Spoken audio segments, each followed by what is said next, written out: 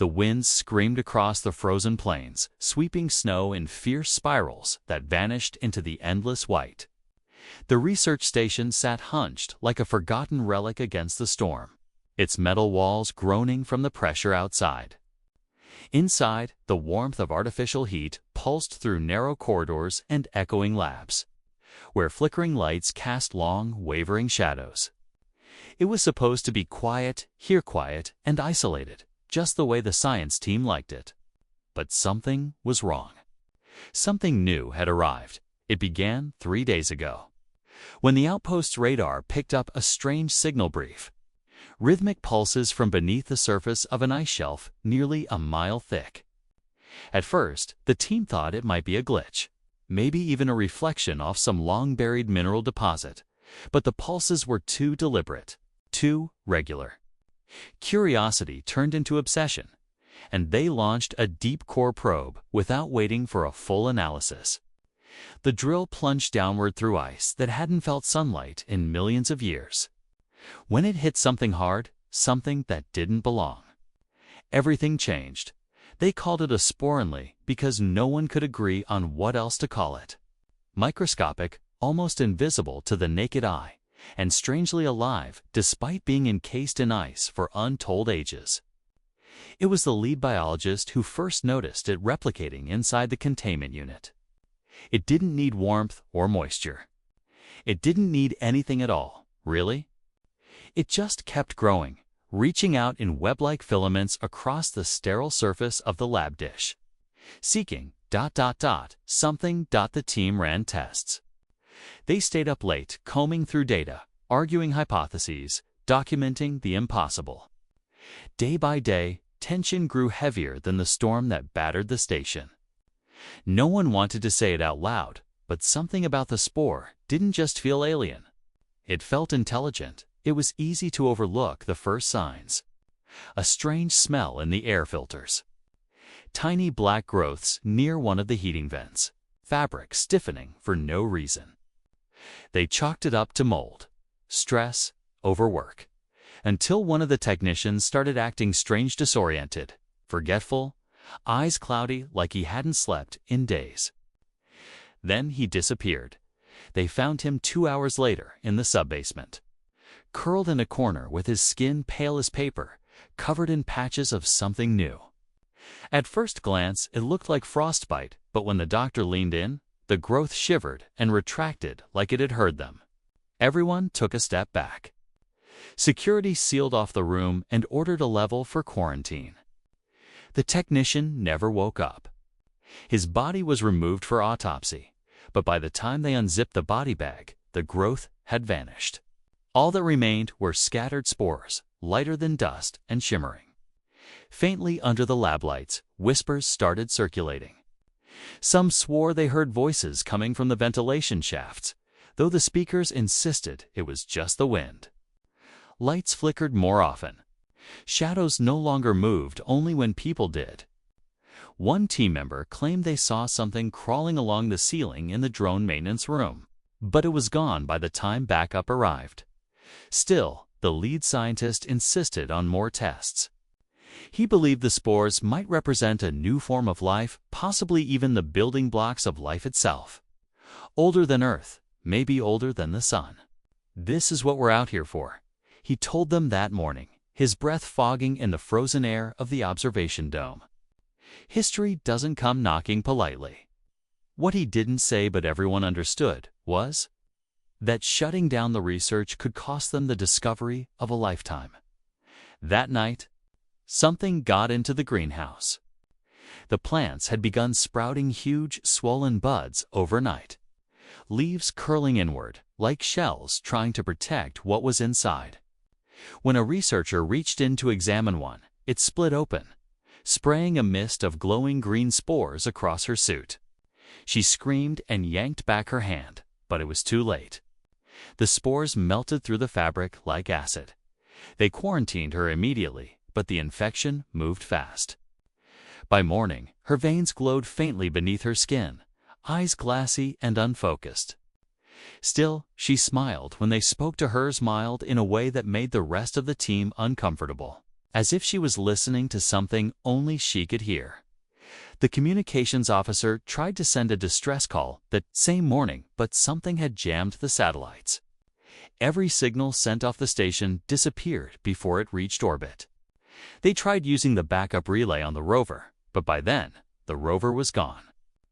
Only its tire tracks remained, leading straight toward a nearby ice cave and vanishing at the edge. Panic started to spread. The team voted to begin evacuation protocols, but deep down, they all knew it was probably too late. The spore wasn't just infecting people or spreading through the air. It was learning, changing. Building what worried them most wasn't the infection, but the shapes. Things had started to appear in the snow at night. Twisted figures half buried near the edge of camp. At first, they were crude misshapen hunks of biomass, barely able to stand. But as the days passed, they evolved. Long limbs, insect-like shells. Eyes that didn't blink. At dawn, they would retreat into the blizzard, leaving behind trails of melted snow and half-eaten animal remains. One of them, someone said, looked exactly like one of the scientists they'd lost. Exactly, and yet, the original body was still lying in the morgue. Now, the survivors. What remained of the research team moved like ghosts through their own station, never turning their backs on long corridors, traveling in pairs, checking the vents twice before they locked their rooms.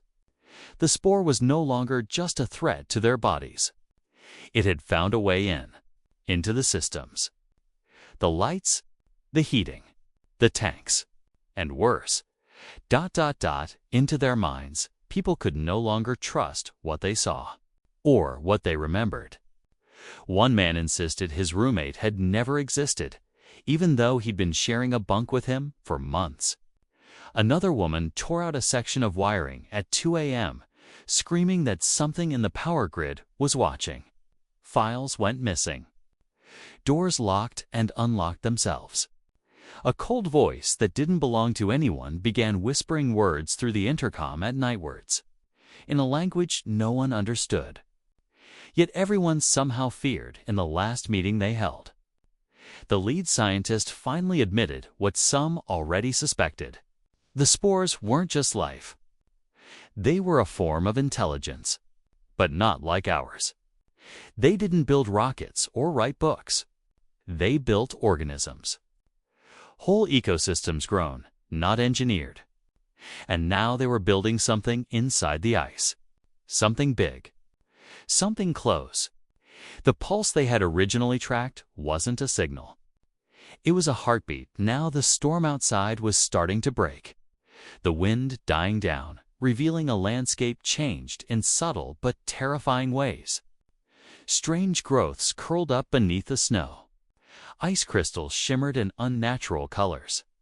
And on the horizon, something glowed faintly under the clouded sky, tall, thin, and shifting, like it didn't quite belong in this dimension. As the team prepared what might be their final transmission last message to the outer world, they heard it, from deep below the station, far beneath the ground. A sound like something waking up. The sound echoed through the station like a low, groaning breath, deep and pulsing, almost too faint to notice at first. But once you heard it, you couldn't unhear it. It was inside everything. The floors vibrated with it, soft and uneasy. The walls gave a subtle shudder every few minutes, like something large was shifting beneath them. No one said it out loud, but all of them were thinking the same thing. The station was no longer sitting on top of ice. It was sitting on top of something alive. Hours passed without sleep. The team had stopped following the regular schedule days ago. No one bothered checking in or attending regular briefings. What remained of the crew moved according to instinct now, gathering silently in common areas with wide eyes and clenched jaws. They paced the perimeter with rifles they barely knew how to use. Scientists weren't trained for this. They were researchers, engineers, medtechs. Nobody came here prepared for war. But that's what it felt like now. Like war was creeping up through the cracks of the foundation, soft and slow.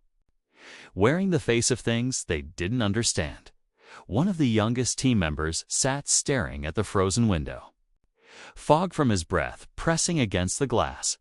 He hadn't spoken since his lab partner vanished 2 nights ago during equipment check. No one had seen what happened. The cameras just went white, flooded with static. And when the screens cleared, her gloves were sitting there on the floor still warm. Her name was scratched into one of the lockers in the bunker hallway. Her voice still saved on a dozen voice memos from past shifts. But she was gone. Just gone. Everyone had their theories. Some believed the spores were copying people, growing something that looked like them. Others thought the spores were no longer passive, no longer waiting for instructions or a host. They were becoming something, reaching for form, shape, perhaps some kind of purpose. The truth lurked somewhere in the middle, half seen and smeared like frost on glass. Impossible to define. There were arguments, of course. One of the engineers insisted they blow the entire station and make a run for it. "Forget the science," he shouted at everyone during a meeting in the rec hall, voice trembling from shock. "What we call discovery, they'll call infection. They'll burn this place from orbit the second a signal gets through. You think headquarters is going to let this spread?" But not everyone agreed. A few key members still believed they could document this, that the spores were more than a threat. If understood, they could offer insight into evolution, biogenesis, even the origins of life well beyond Earth. That kind of knowledge couldn't be thrown away.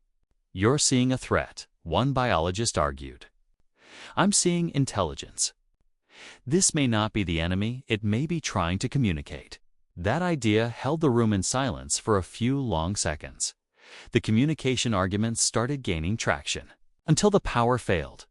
Not a flicker knot, a surge of full blackout. In moments, backup emergency lighting snapped to life. Blood-red strobes cast flickering glows through the narrow halls. Alarms didn't go off. Systems didn't reboot. All screens went flat. That was the worst part. The silence of machinery. A place like this was never really quiet. There was always humming, always the push of recycled air, the subtle clink of water circulators, the buzz of overhead panels. Now, it was like the station had stopped breathing, and still. That low hum continued, deep and distant, that unearthly sound, pulsing softly through the floor. A volunteer team descended to the central generator to check the circuits. They never reached it.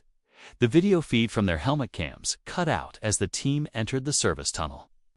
Only a single shot was visible, a brief clip transmitted before silence.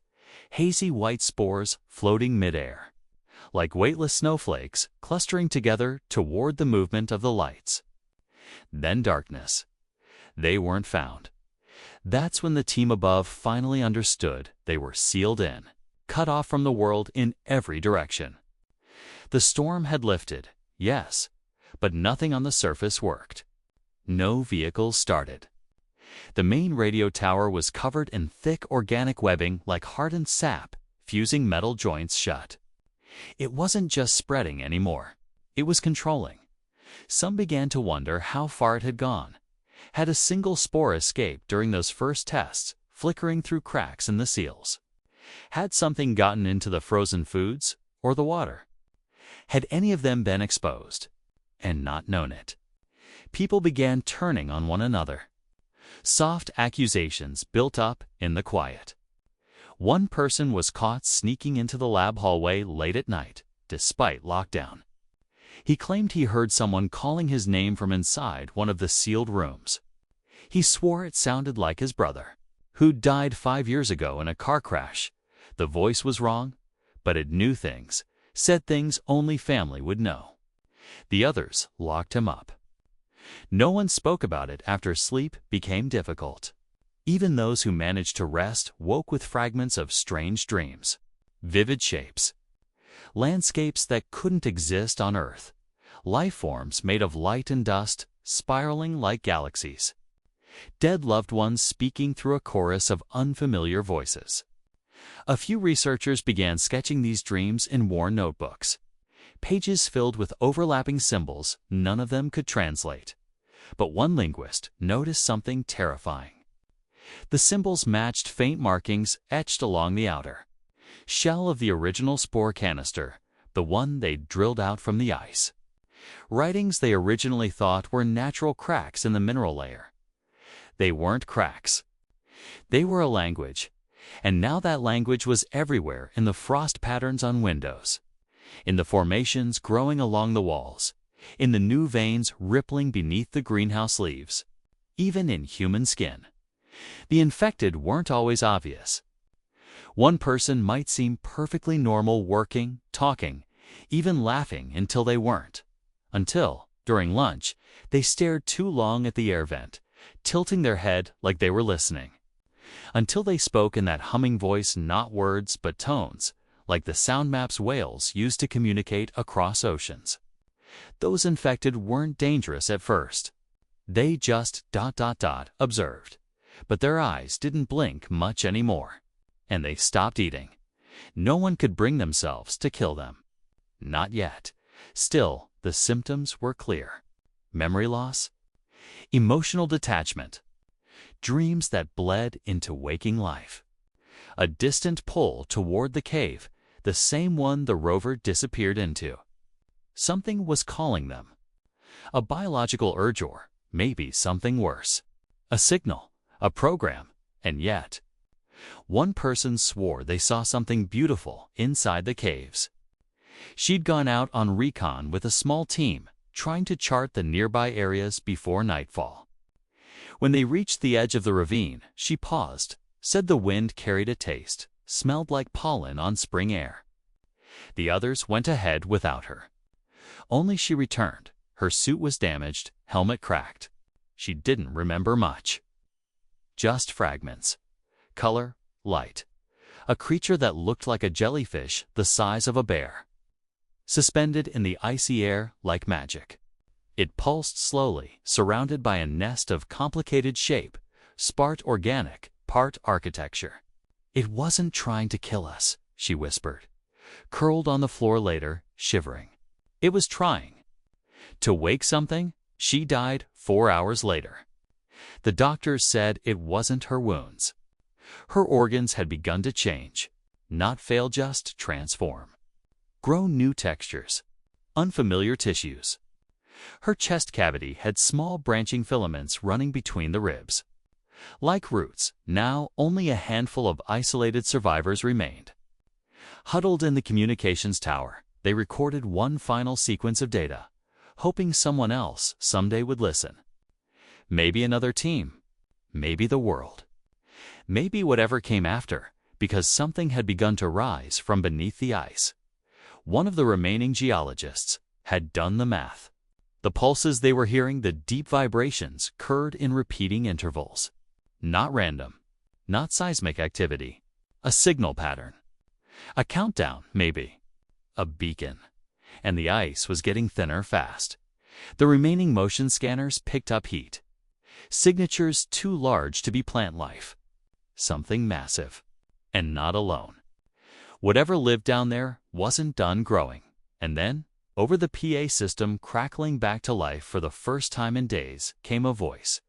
It was distorted and warped, but unmistakably one of their own. A person who'd vanished on day 4. She was singing. A soft, childlike tune. A lullaby not recorded in any file. And in the background, something else breathing. Then a final whisper came, clear and slow. Cutting through every speaker in the station, it's almost ready. Then silence, and from beneath the station, the ice cracked. The crack in the ice reverberated through the metal floor like thunder rolling beneath their feet. A deep rumble followed, lasting just long enough for everyone in the Combs Tower to feel it in their bones. Nobody said anything. There was nothing left to sonate after the voice. Not after the lullaby. The few that remained just stared at the ceiling, as if expecting it to collapse at any second. Outside, the snow had stopped falling completely. No wind, no movement. Just an eerie stillness blanketing the station like a held breath. Even the generators, which had somehow flickered back on after the broadcast, were running too quietly, almost like they were afraid to make noise. Down in the observation room, the geologist reviewed the seismic data again, hands pale and shaking slightly as he traced out the new readings. The map of subsurface layers had changed dramatically. Tunnels had formed where solid ice should be. Caverns that stretched further than the sensors could trace. One chamber beneath the cave, barely a geological ghost the day before now, showed heat signatures. Not from magma or tectonic activity, but from something moving, slowly, purposefully. He stood from his console, unsure of whether to tell the others what he knew. There was a pressure growing behind his eyes, like his thoughts were being compressed from the outside. The more he understood, the less he wanted to. The spores hadn't just infected the ecosystem. They were rewriting the entire frozen structure beneath this region, metabolizing the ice itself, as if demolishing the Earth's natural layers to make room for something else. Upstairs in the infirmary, the last medic tended to the wounded technician found the previous night. He had frostbite, minor lacerations, and strange bruising down both arms. Most like vines had gripped him. But the injuries weren't what bothered her most. It was his breathing. Every few minutes, his lungs shifted rhythm, like something inside his chest was breathing with him. Or sometimes instead, he murmured things in his sleep that didn't make sense, phrases in broken Latin, Russian, and something she couldn't place at all. His eyes fluttered open without warning once, wide and gray, staring past her head like he was looking through the walls. Then he smiled. "They're almost done," he whispered, voice dry and cracking. "Then we'll be part of it. All of us." She administered another sedative and quietly stepped out of the room, locking the door behind her. The security key panel flickered for a moment's slight delay in the signal land for those 2 seconds. She was absolutely sure something inside knew what she'd just done in the greenhouse. Strange growths had taken over most of the planters. The organic forms had evolved again. They no longer resembled terrestrial plants. One looked like coiled muscle with spiraling leaves made of translucent film. Another pulsed softly, like it was breathing. They all leaned toward the warmth whenever someone walked in, and a few of them twitched at sound, reacting to movement too quickly for comfort. But the largest growth, a sprawling wall of dark red vines reaching from the floor to the ceiling, had begun to form something inside it. A kind of sac, thin and veined. A cocoon. No one wanted to open it. But one botanist, enabled to curb her curiosity, had made a small incision the day before. Inside was a partially formed figure. Limbs, a smooth human-shaped torso, curled like a fetus. Its skin was pearly white and reflected the light in rainbow-like patterns. And its face. It had no distinct features. A hint of lips, the ghost of a nose, but otherwise smooth, like wet porcelain. Except when the lights moved across its eyes. Then, very briefly, the face looked exactly like their station commander, who had disappeared 7 days ago. That same night, 2 of the remaining researchers went missing. One, a chemical engineer, had been showing signs of increased exposure. His fingertips had started turning black around the nails, but there was no pain, no rot, just hardened, slightly reflective skin.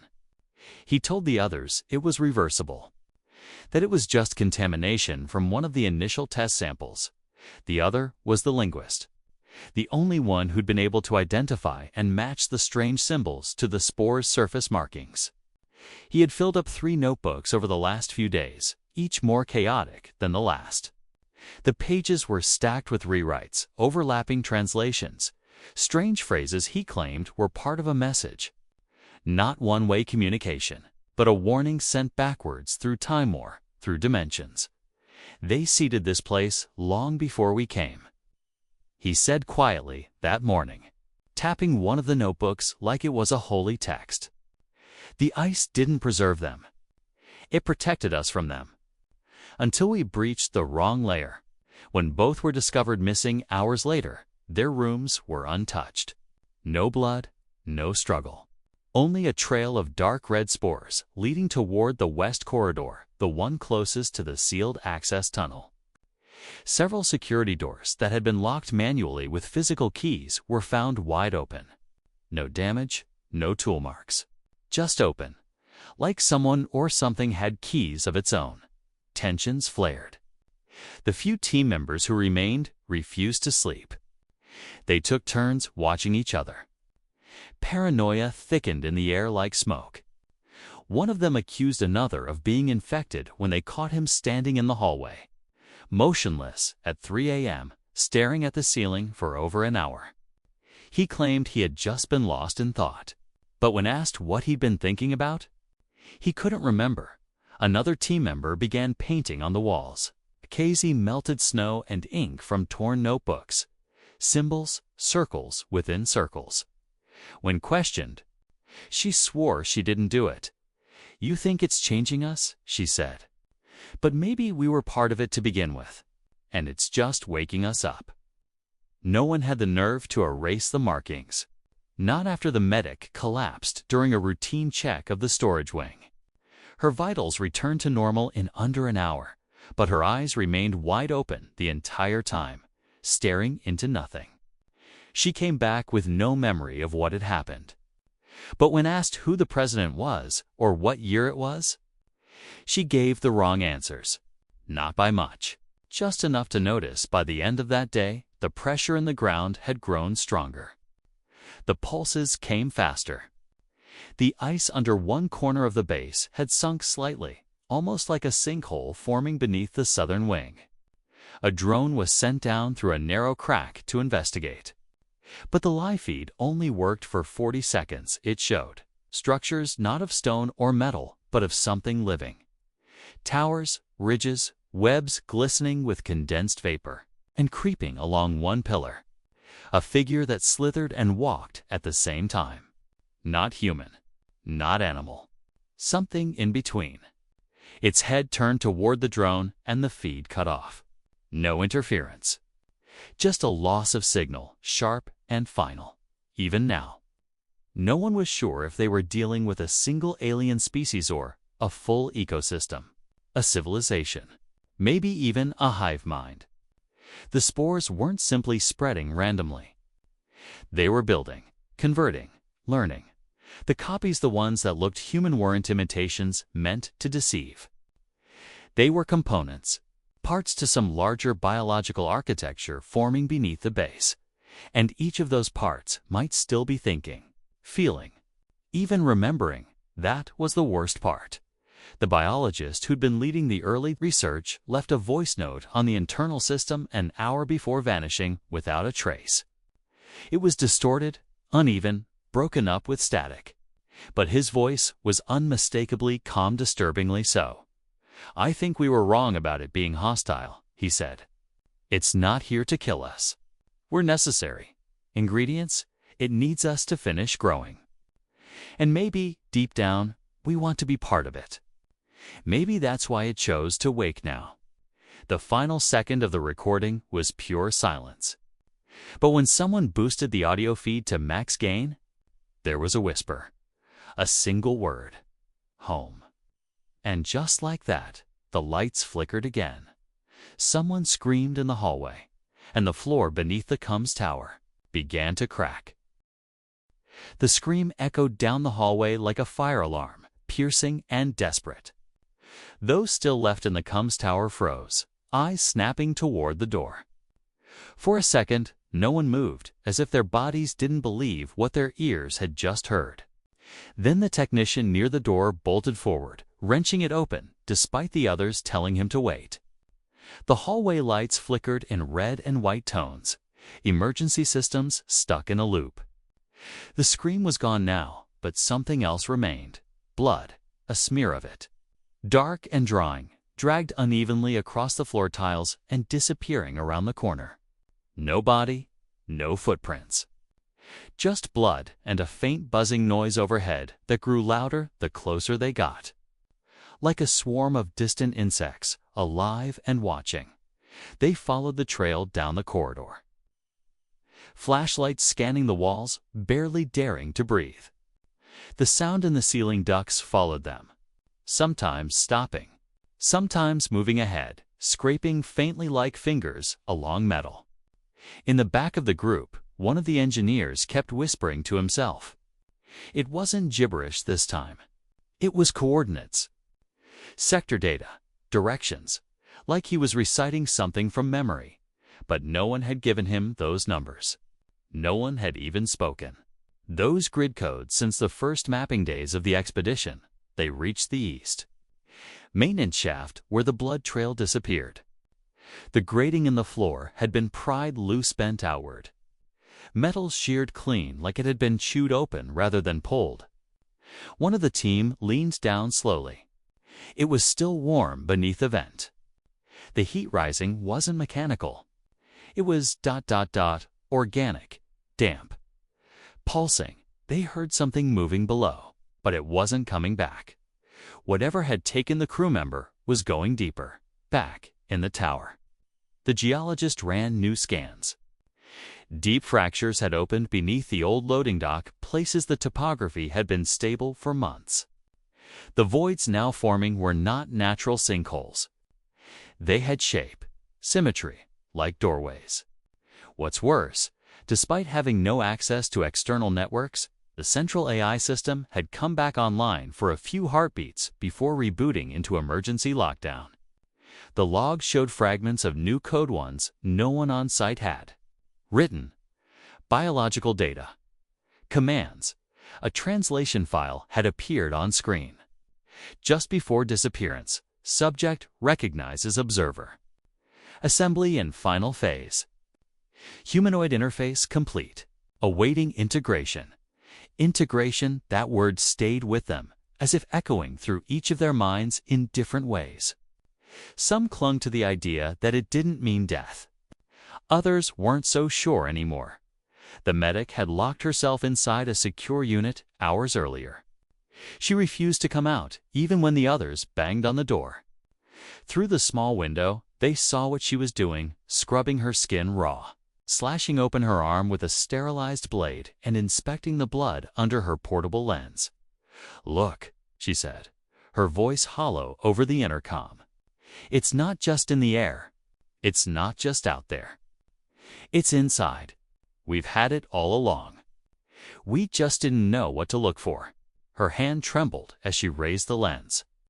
Inside her open wound, thin threads of white pulsed between her muscle fibers like silk, and her blood just beneath the top. Layer was carrying something particulate, microscopic, iridescent. They begged her to stop. She didn't respond. Just sat there on the floor, back against the wall, calmly watching the blood swirl by now. Nearly every closed system in the outpost had shown signs of interference panels flickering with unfamiliar glyphs.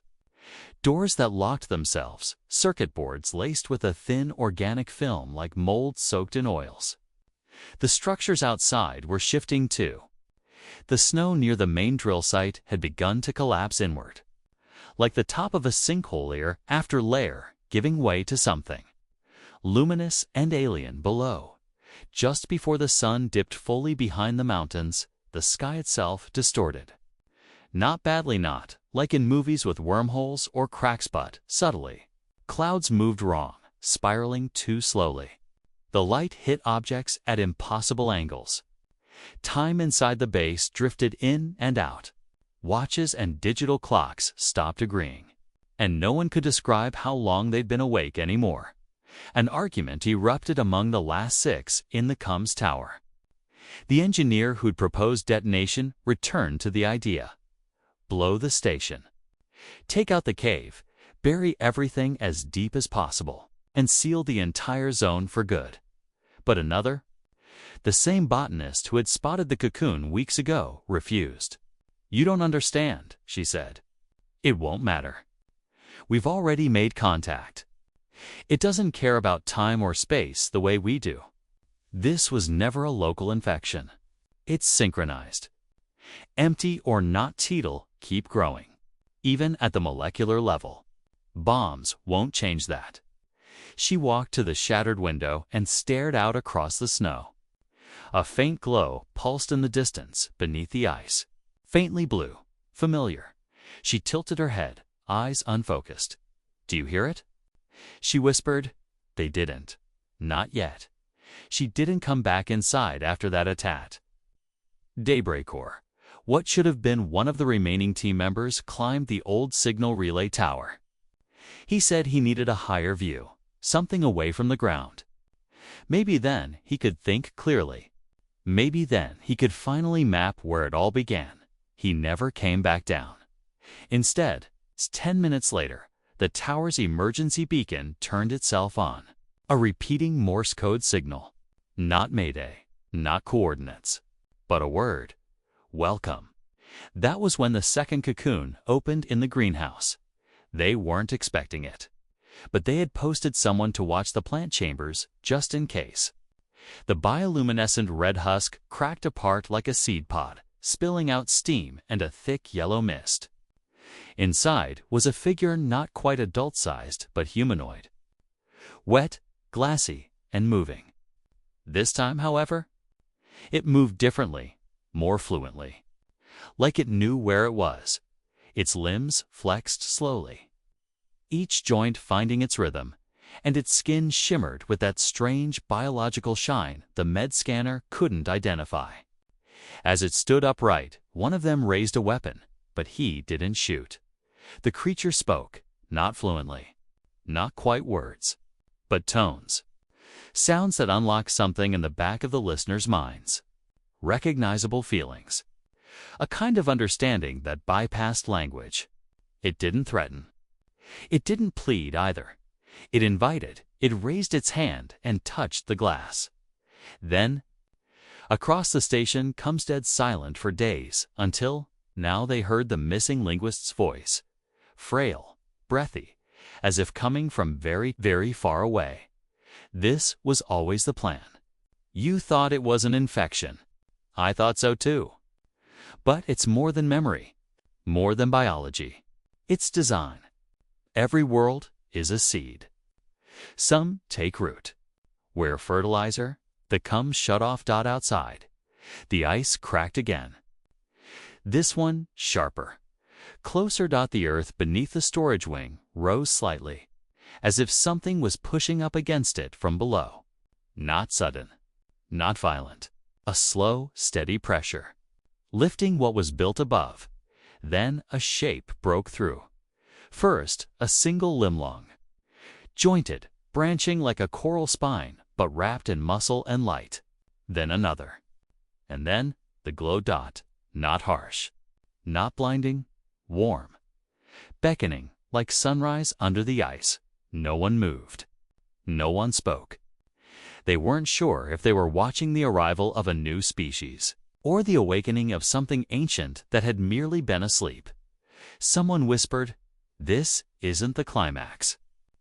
This is still the beginning." And then the walls began to pulse, as the station, not just the people, started to breathe. The sound of the walls breathing wasn't loud. It was subtle, like the soft rush of wind through a deep forest. A rhythm, a cycle. Every few seconds, the structure of the entire research station seemed to shiver inward, as if taking a breath, then slowly release with something like a heartbeat. It wasn't violent. It wasn't even painful. But it was no longer human. The station had stopped being just a building. Now, it had become part of something else, part of whatever had been growing beneath. The ice, since the spores first arrived. The team, or what was left of it, stood in silence as the coral limbs reached further from the cracked ice. The glow that followed them wasn't natural, but it wasn't cold or terrifying either. If anything, it was familiar, like the memory of sunlight on your face from years ago, somehow remembered deep beneath your skin. The figure that had emerged from the cocoon earlier was now fully active. It walked through the corridor calmly, unbothered by the lights flickering around it. When it passed strange vines and tendrils crawling across the floor, they pulled back like they were clearing space for it, like it was in control. The survivors didn't run. Not this time. Slowly, instinctively, they followed. The path led them through parts of the facility that no longer looked like labs or storage halls. The ceilings curved oddly now. The floors had softened. The walls were covered in thin organic lines that pulsed gently, like blood vessels. It was as if the station was becoming a bridge half machine, half organism. The spores weren't just rewriting biology, they were reshaping the environment, turning metal, plastic, and air into living systems. One of the engineers whispered they were standing inside a lung. They reached the former command center. But there was no chair, no control panel. No sign of rank or authority anymore.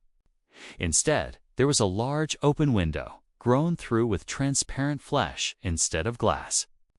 Outside, the ice field had completely transformed. The surface rolled and curved, like skin stretched over a vast, growing presence. Huge structures now stood beyond the ridge spires of bioluminescent matter shaped like hives or spined towers. Some floated just above the ice, weightless. Others pierced down into it, drawing heat from beneath. Something had been born. Or maybe reawakened, the glowing figure, the possible clone or interface. Or stranger raised a hand and pressed it to the living glass. From the skin of its palm, the glow spread in thin lines that formed patterns. Symbols, the same ones the linguist had scribbled in notebooks. Images of cycles, seeds, convergence. It wasn't a message meant to be heard, it was meant to be felt. One of the scientists, the oldest among them, said it out loud. It wasn't an invasion. It was an invitation. A resurrection. And finally, they understood. The spores hadn't arrived by accident. They weren't even truly alien in the way everyone had first believed. They were ancient. They had always been here, buried beneath the ice long before the continents formed. Before any kind of life had walked the earth, the ice had merely been the world's way of keeping them contained, locked in place like a lid on a seed. But the drill, the pulse, humanity had broken the seal. And the spores had remembered what they were supposed to become. All along, the outpost hadn't been infected. It had been chosen maybe for its isolation, maybe for its accidental timing. The life forms created weren't crude monsters or tools of destruction. They were vessels, interfaces, translators, copies of memories and shapes, built from the humans, who had triggered the process, and it was almost over now. The engineer who'd once wanted to destroy the base stood closest to the new creature. He didn't speak, but his hands trembled, breath short. He stepped forward once, then again, until his skin brushed against the glowing surface of the wall. He glanced back at the others, and just once, he smiled. Then the wall opened, not mechanically, not explosively. It simply parted like skin releasing a scar, and through it came light. Pure golden blue, refracting in ways that eyes couldn't fully register. Inside was something like a tunnel, curved and flowing, neither hallway nor cave. Something built to connect to forms of life, to different kinds of understanding. A connection point, the figure entered first. Then others followed. Their footsteps made no sound. Their fears felt further away somehow. And for some, it wasn't fear anymore, it was peace, relief, a strange sense that they were returning to something they had never known. Had been home, the last two to remain at the opening, were the medic and the final biologist. They looked at each other, still unsure. Somewhere beneath them, in the bowels of the ice cave, something enormous shifted again. Not crashing like before, just the weight of presence. Something alive. Something sentient. We could turn back, the medic whispered. Turn back to what? The biologist replied. We can't explain this to anyone. They'd never understand. They'd kill it, burn it, hide it. They stood there for one long moment. Then they stepped through together, and behind them. The wall sealed, soft and soundless. Days passed. Then weeks. No communication returned from the station.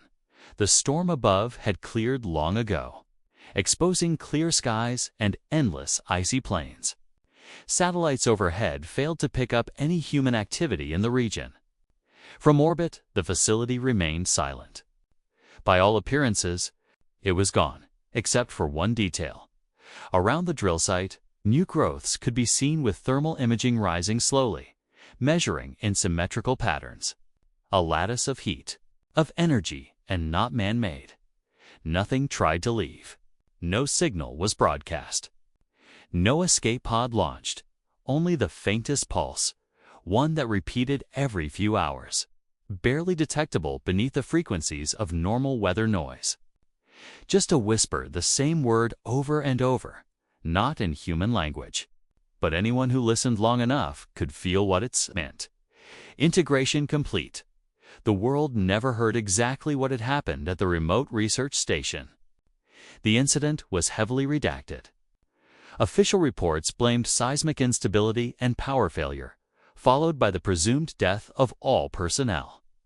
Photographs were scarce. Survivors were listed as missing, not dead, but in quiet corners of scientific circles, newspapers, online forums, old university archives. Rumors spread about an impossible discovery beneath the ice, about alien spores, strange lifeforms, and a silence that felt less like death and more like completion. One photo made the rounds. Scientists dismissed it as doctored. It showed a section of the ice shelf glowing faintly at night. Towering structures. The silhouette of something standing still on a ridge, watching the sky. And if you listened to the audio recordings salvaged from the site, those that weren't scrubbed, some said, if you slowed them down enough, beneath the static, you could hear breathing. Not from a creature, but from the land itself, as if Earth had blinked awake from a long, long sleep and remembered what it was meant to grow.